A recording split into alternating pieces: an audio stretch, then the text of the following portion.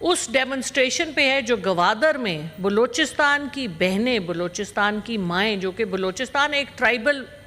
Community ہے، وہاں پہ بچیاں نہیں نکلتی. وہ بچیاں کیوں نکلیں؟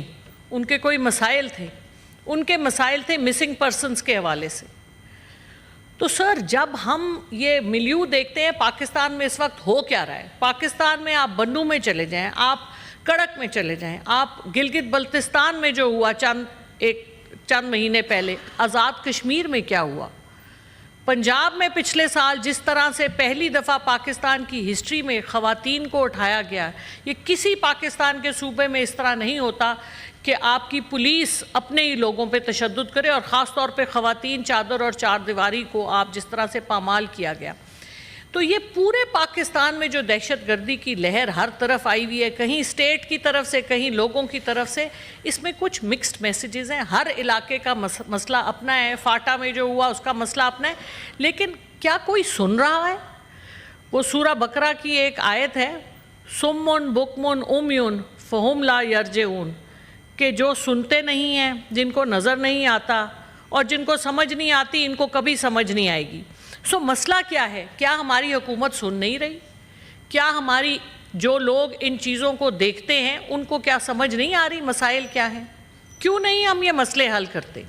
ان مسئلوں کو حل کرنے کی ہمارے پاس پوری طاقت ہے، لیکن کوئی ہمارے اپنے مسائل ہیں، ہم اپنے ذاتی مسائل کی وجہ سے جو ہمارے ملک کے جو اجتماعی مسائل ہیں ان کی طرف ہم اٹینشن ہی نہیں دیتے. آپ بلوچستان کے نوجوان کھڑے ہوئے ہیں، اور نوجوانوں، وہ پہاڑیوں سے نہیں آئے ہوئے نوجوان، یہ وہ نوجوان ہیں جو پڑھے لکھے نوجوان ہیں جو نیچے اسکولوں کالجوں سے آئے ہیں، وہ کہہ رہے ہیں ہمارا حق دو. اور سر مزے کی بات تو یہ ہے کہ پچھلے ہی سال آپ کا پریزیڈنٹ، آپ کا چیئرمین سینٹ، آپ کا چیف جسٹس، 4 بڑے بڑے عہدے بلوچ نیشنلز کے پاس تھے. ہم سب پاکستانی ہیں، اور یہ جو ہاؤس آف دا فیڈریشن ہے، اس کا مقصد یہ ہے کہ بلوچستان جس کی ٹوٹل آبادی 1 کروڑ ہے، یعنی کہ 24 کروڑ آبادی ملک کا پاکستان، اس میں سے 1 کروڑ آبادی کا پروونس جو آدھا پاکستان ہے زمینی اعتبار سے، اس کے یہاں پہ 1/4 ممبر ہے. اتنی سٹرونگ سینٹ ہے، اتنے زبردست ہمارے ممبر ہیں. تو سر کیا مسئلہ ہے کہ بلوچستان کے مسائل ہمارے لوگ حل نہیں کر سکتے؟ کیا وجہ کیا ہے؟ اس کے اوپر کیا یہاں پر بیٹھے جو ہمارے بلوچ بھائی اور بہنیں جو ابھی بڑی زبردست تقریریں کر کے گئے، اور بارہا بلوچستان کے اوپر ہمارے وہ دنیش بھائی تھے، بڑے زور و شور سے وہ تقریر کرتے، تو کوئی رزلٹ کیوں نہیں نکال پاتے؟ کیا یہ سب لوگ ان کے پاس کوئی طاقت نہیں ہے، ان کے پاس کوئی ایجنسی نہیں ہے؟ کیا وجہ ہے؟ کیا یہ سنسیئر نہیں ہے پاکستان سے؟ کیا پاکستان اور اس کے 4 صوبے پلس 2 صوبے جن کو ہم نے صوبے کا سٹیٹس نہیں دیا ہوا مگر وہ ہیں پاکستان کا حصہ، مثلا 4 صوبے پنجاب، سندھ، بلوچستان، کے کے، اور 2 وہ جن کو ہم نے کچھ سمجھا نہیں ہوا، گلگت بلتستان اور آزاد کشمیر، یہ 6 ہیں. ان 6 یہ ہمارے ستیلے ہیں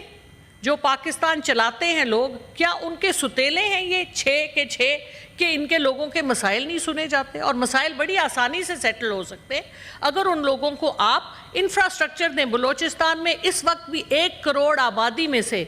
30 لاکھ بچے ہیں جو اسکولوں میں نہیں ہیں. سر اس کا کیا جواب ہے؟ سر آپ بھی بلوچستان سے، بلوچ جو ہمارے لوگ جو اس وقت حکومت کے مختلف عہدوں پہ ہیں اور چند مہینوں میں بھی رہ چکے ہیں، ہمیشہ بلوچستان کو سیٹیں دی جاتی ہیں کہ جی بلوچستان کا حق ہونا چاہیے. تو کیا کرتے ہیں وہ لوگ بلوچ جو اپنے لوگوں کے لیے؟ میرا تو یہ سوال ہے، اور یہ سوال میں پارٹی بیسس میں پارٹی کی کوئی بات نہیں کروں گی، کیونکہ یہ ملک ہمارا ہے، بلوچ ہمارے ہیں، سارے پروونسز ہمارے ہیں. آج میں اسی لیے بلوچ کپڑے بھی پہن کے آئی ہوں. اب اس پوائنٹ آف ویو سے میں صرف آپ کو 2 چیزیں اور پوائنٹ آؤٹ کرنا چاہوں گی، کیونکہ بلوچستان کی باتیں تو سب نے کر دیں. 24 اگست کو جو یونائٹڈ نیشنز کی کمیٹی آن ریشیل ڈسکریمنیشن ہے، اس نے جنیوا سے ایک پیغام دیا ہے پاکستان کی حکومت کو. 24 اگست کو، 26 کو یہ سانحہ ہوا ہے، اس سے 2 دن پہلے انہوں نے ایک ایڈوائز دی ہے پاکستان کی حکومت کو کہ آپ جو اس وقت، اور اس کو ڈان اخبار نے 24 کو شائع بھی کیا، باقی اخباروں نے بھی شائع کیا، اور 26 تاریخ کو جس دن یہ سانحہ ہوا ہے اس دن ڈان نے اپنے ایڈیٹوریل میں لکھا ہے کہ یونائٹڈ نیشنز کی جو کمیٹی آن ریشل ڈسکریمنیشن ہے اس نے پاکستان کو ایڈوائز کیا ہے کہ آپ ریٹیفائی کریں جو convention on enforce dish appearances ہے، جو مسنگ پرسنز ہیں، جن کا بہت بڑا لنک ہے بلوچستان کی جو پرابلم بلوچستان میں چل رہی ہے اور جو اور علاقوں میں بھی پرابلمز چل رہی ہیں، انفورس ڈس اپیئرنسز کی جو ایک اور یونائٹڈ نیشنز نے آپ کو کہا ہے، ہماری حکومت کو کہا ہے کہ آپ اس حوالے سے انویسٹیگیٹ کریں اور پروسیکیوٹ کریں ان لوگوں کو جو اس میں انوالوڈ ہیں۔ اور میں آپ کو یہ بتا دوں کہ اس کو آپ اگنور نہیں کر سکتے، کیونکہ اس وقت ہماری حکومت جی ایس ٹی پلس کے چکر میں یورپین یونین جو انہوں نے ہمیں ایک فیورڈ سٹیٹس دیا ہوا ہے، اس کے حوالے سے یہ یونائٹڈ نیشنز کی جو ریکوائرمنٹس ہیں ہیومن رائٹس کی، یہ آپ کو پوری کرنی پڑیں گی۔ اور یہ میرے پاس ایک رپورٹ بھی پڑی ہے جو ہماری ہیومن رائٹس کی طرف سے گئی ہوئی ہے یو این کو، جس میں ہم ان کو بڑی صفائیاں دیتے ہیں اور ان صفائیوں کے بغیر وہ ہمیں وہ جی ایس ٹی سٹیٹس نہیں دیتے جو ہم چاہ رہے ہیں، اور وہ ہمارا لٹرلی مذاق بنتا ہے۔ یہ دیکھیں، یہ اتنی موٹی رپورٹ ہے جو ہمارے یہاں سے افسر لے کے جاتے ہیں جب یہ ایمرجنسی پڑتی ہے کہ ہم نے جواب دینا ہے کیونکہ ہمیں کچھ ڈالر چاہیے کشکول میں، اور ہم جب کشمیر کی بات ان کے ساتھ کرتے ہیں ہیومن رائٹس آرگنائزیشنز کے ساتھ یو این کی، تو وہ کہتے ہیں جی کشمیر کی بات تو صحیح ہے، کشمیر میں انڈیا بڑا ظلم کر رہا ہے، لیکن آپ پہلے اپنے گریبان میں جھانکیں، آپ لوگ اپنے ملک میں جو مسائل ہیں ان کے بارے میں آپ کچھ کر نہیں رہے، تو پھر آپ کس منہ سے جائیں گے ہیومن رائٹس آرگنائزیشنز کے پاس، یونائٹڈ نیشنز کے پاس، جن کو ہم جا کے کہتے ہیں کہ کشمیر کے اوپر کچھ کرو؟ وہ کہتے ہیں آپ اپنے گریبان میں پہلے جھانکیں۔ تو جب تک سیریسنس نہیں آئے گی اپنے کام کے حوالے سے، ہمارے ملک کے حوالے سے، اس ملک مجھے تو ایسا لگتا ہے کہ ہمارا ملک جو ہے یہ چلتا ہے ان اشرافیہ کے لیے جو اس ملک کے مین بینیفیشریز ہیں، ان کو ہم ٹیکس نہیں کرتے، ان کے آئی پی پیز کے راز ہم نہیں کھولتے، ان کے شوگر ملوں کے راز ہم نہیں کھولتے، وہ کہاں کہاں بینیفٹ لے رہے ہیں ہم اس کا ذکر نہیں کرتے، ایگریکلچر میں ہم ان کو ٹیکس نہیں کرتے، اور جو پاکستان کی 24 کروڑ غریب اور متوسط طبقے کی عوام ہے اس کو ہم ٹیکس کر کے اس کا ایک خون کا ایک ایک قطرہ نچوڑ کے ان اشرافیہ کو ہم سپورٹ کر رہے ہیں۔ سر، پاکستان کی حکومت، معذرت کے ساتھ میں اس ملک کی رہنے والی ہوں اور سینٹ کا حصہ بھی ہوں، لیکن مجھے یہ لگتا ہے کہ پاکستان کی حکومت ایک سوتیلی حکومت ہے۔ ایک انگریز تو چلا گیا لیکن ہم براؤن انگریزوں کو یہاں چھوڑ گیا، جو پاکستان کے براؤن لوگوں کو اس طرح سمجھتے ہیں جس طرح یہ کوئی تیسری قسم کی کوئی نسل ہے، یہ انسان نہیں ہے، ان کو کسی اور طرح سے ٹریٹ کرنا چاہیے، ان کو نہ انسانی حقوق ملنے چاہیے، نہ ان کے جو جائز حقوق ہیں۔ پبلک سرونٹس جن کا کام ہے پبلک کی سروس کرنا، وہ بھی ہمارے اشرافیہ کا ایک حصہ ہیں، اور باقی ہم سیاستدان، ہمارے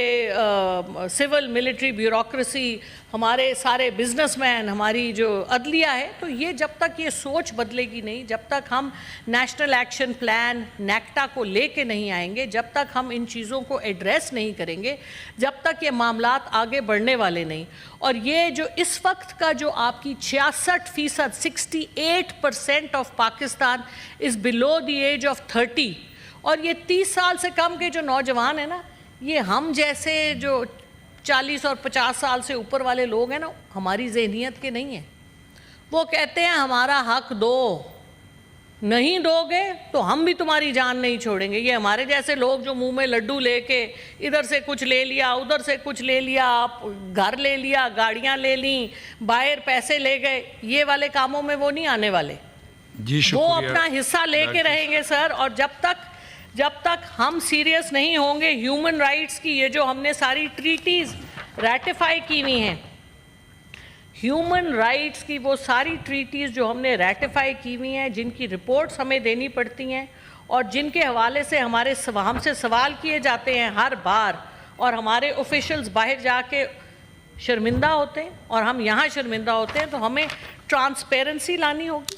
ہمیں سوالوں کے جواب دینے ہوں گے، اور ہماری حکومت کو تھوڑا سا کام کرنا پڑے گا۔ تو یہ کمیٹی جو کہہ کے گئے ہیں ہمارے لیڈر آف دا ہاؤس، بڑے آنریبل ہیں، لیکن کمیٹیوں سے کام نہیں چلنا۔ اور سر، ایک آخری بات یہ کہ یہ لوگ جو پرانے طریقے سے حکومتوں کو چلا رہے ہیں، بڑی معذرت کے ساتھ بڑے آنریبل ہیں، ان کا وقت ختم ہو چکا ہے. اب ان کے سلوشنز نہ چل رہے ہیں نہ چلیں گے. پاکستان کو آگے لے کے جانا ہے تو دوسرے لوگ لے کے جائیں گے جو پاکستان کے ساتھ سنسیئر ہیں، جن کی نیت صاف ہے، جن کے اپنے ذاتی مفاد ملکی مفاد سے بالا تر نہیں ہیں. یا تو اپنے دل بدلیں یا اپنی، اور دل بدلنے کے چانسز مجھے تو نہیں لگتے، اسی لیے تو مجھے آخری تقریر ملتی ہے. اگر مجھے پہلے تقریر مل جائے تو مجھے لگے کہ شاید دل بدلتے ہیں، لیکن یہاں مجھے ردی کی ٹوکری میں اس لیے ڈالا جاتا ہے. سر 15 منٹ تو کچھ بھی نہیں ہے. اچھا آخری ٹائم آپ نے مجھے دیا 4 گھنٹے، 5 گھنٹے سے آپ نے مجھے یہاں بٹھایا ہوا ہے.